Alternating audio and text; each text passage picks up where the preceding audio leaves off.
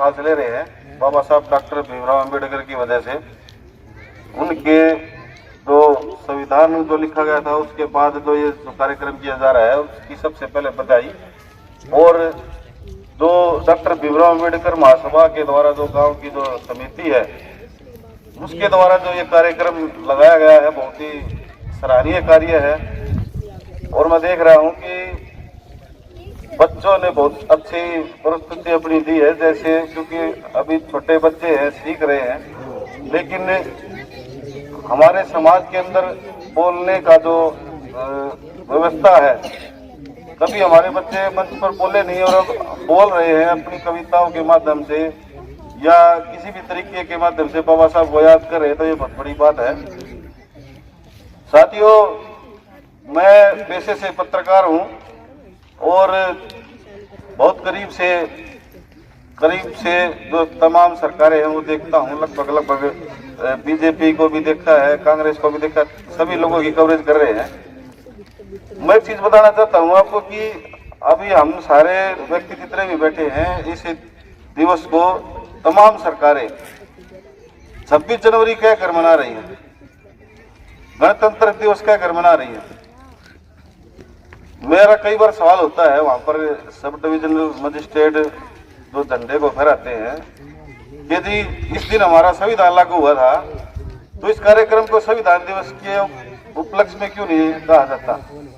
और आप देखना कि सरकारी जितने भी कार्यक्रम होते हैं उन सरकारी कार्यक्रमों में बाबा साहब के संविधान के टॉपिक पर कोई भी बात नहीं होती, जबकि सारा का सारा जो कार्यक्रम है वो गणतंत्र दिवस के अवसर पर मनाया जाता है। गणतंत्र दिवस का मतलब होता है गण का मतलब होता है लोग और तंत्र का मतलब उनका राज। और गणतंत्र दिवस बाबा साहब अंबेडकर की ही देन है, आप सभी को पता है, क्योंकि मैं इस चीज में नहीं जाऊंगा, सभी लोग बुद्धिजीवी है। बाबा साहब के संविधान के लिखने के बाद हमें हक अधिकार मिले। उदाहरण के लिए मैं आपको बता दूं कि हमें रिजर्वेशन मिला हुआ है जो हमारा सबसे बड़ा हथियार है। सभी को पता है कि उसी के माध्यम से आज हमारी जो चेहरों पर रौनकें आई है उसी की वजह से आई है। और सरकारी जो जॉब मिली है, सरकारी नौकरियां मिली है, उन्हीं की वजह से मिली है। अब आप ये देखो कि सरकार के द्वारा निजीकरण कर दिया गया है हर डिपार्टमेंट का। आप रेलवे में चले जाओ, किसी भी डिपार्टमेंट में चले जाओ, सब का निजीकरण कर दिया है। आप आरक्षण कहाँ लोगे? जब हर डिपार्टमेंट के अंदर निजीकरण हो जाएगा तो आरक्षण कहाँ मिलेगा? आप देखो टीचर भी प्राइवेट लग रहे हैं। पहले टीचर जो लगते थे वो सरकारी लगते थे, पेंशन मिलती थी। और अब कैसी व्यवस्था हो गई है, ठेकेदारी की नौकरी हो गई है टीचर की नौकरी। चाहे फिर वो क्लर्क हो एसडीएम कार्यालय में, चाहे फिर वो स्कूल में टीचर हो, चाहे फिर अस्पताल में हो, चाहे फिर बैंक में हो, हर जगह पर इस तरह की व्यवस्था है। तो साथियों, मैं तो एक चीज और इतनी कहना चाहता हूँ कि हमारा अगर कोई उत्थान का अगर कोई रास्ता है तो वो बाबा साहब के बनाए हुए संविधान का रास्ता है। और संविधान को पूजने की बजाय उनको पढ़ना भी सीखो, क्योंकि हमारे लोग संविधान को पूजने लग गए हैं अब। और बाबा साहब ने मूर्ति पूजा का हमेशा खंडन किया है, पूजा का खंडन किया है, और आज हम उन पूजने लग गए। पूजने की बजाय संविधान को पढ़ो और अपने बच्चों को पढ़ाओ। और मेरी एक लास्ट एक निवेदन है, जितने भी हमारे समाज के SC ST OBC समाज के जितने भी कर्मचारी जो रिटायर्ड कर्मचारी, अब रिटायरमेंट होने के बाद क्या रह जाता है उनके पास?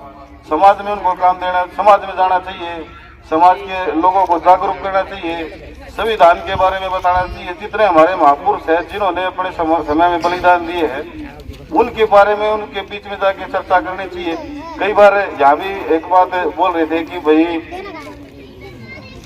समाज में जागरूकता नहीं आ रही। वो यही कारण है कि हम जो है रिटायरमेंट होने के बाद में अपने घरों में बैठ जाते हैं, और जो थोड़ा बहुत कुछ समय मिले तो हमें जरूरत है कि आज समाज के बीच में जाना चाहिए और संविधान के टॉपिक पर बात करनी चाहिए और देश के हालात और व्यवस्था क्या है उस पर भी बात करनी चाहिए। मैं तो इतना ही कहूँगा कि संविधान को पढ़ो, संविधान को पढ़ाओ और जितने भी हमारे जो कर्मचारी रिटायर्ड होते हैं, जितने भी हमारे बुजुर्ग हैं जिन्होंने बाबा साहब के बारे में सीखा है, समझा है, उसका ज्ञान प्रचार करो ताकि लोगों के अंदर जागरूकता है। जो हमारी जो आने वाली जनरेशन है उनको भी रास्ता दिखे, उनको भी पता लगे कि हमारे महापुरुषों ने कैसे बलिदान किए है। उसके बाद त्याग बलिदान करने के बाद आज हम इस अवस्था में पहुंचे। नहीं तो पानी का हक तो था नहीं, किसी चीज का भी हक नहीं था। और आज हम अच्छे अच्छे तरीके से रह रहे हैं। मैं भी मंच से बोल रहा हूँ, मैं पत्रकार हूँ, नहीं तो पत्रकार का तो कोई रोल ही नहीं। हमारे समाज में ब्राह्मण बड़ी होकर पत्रकार होते थे।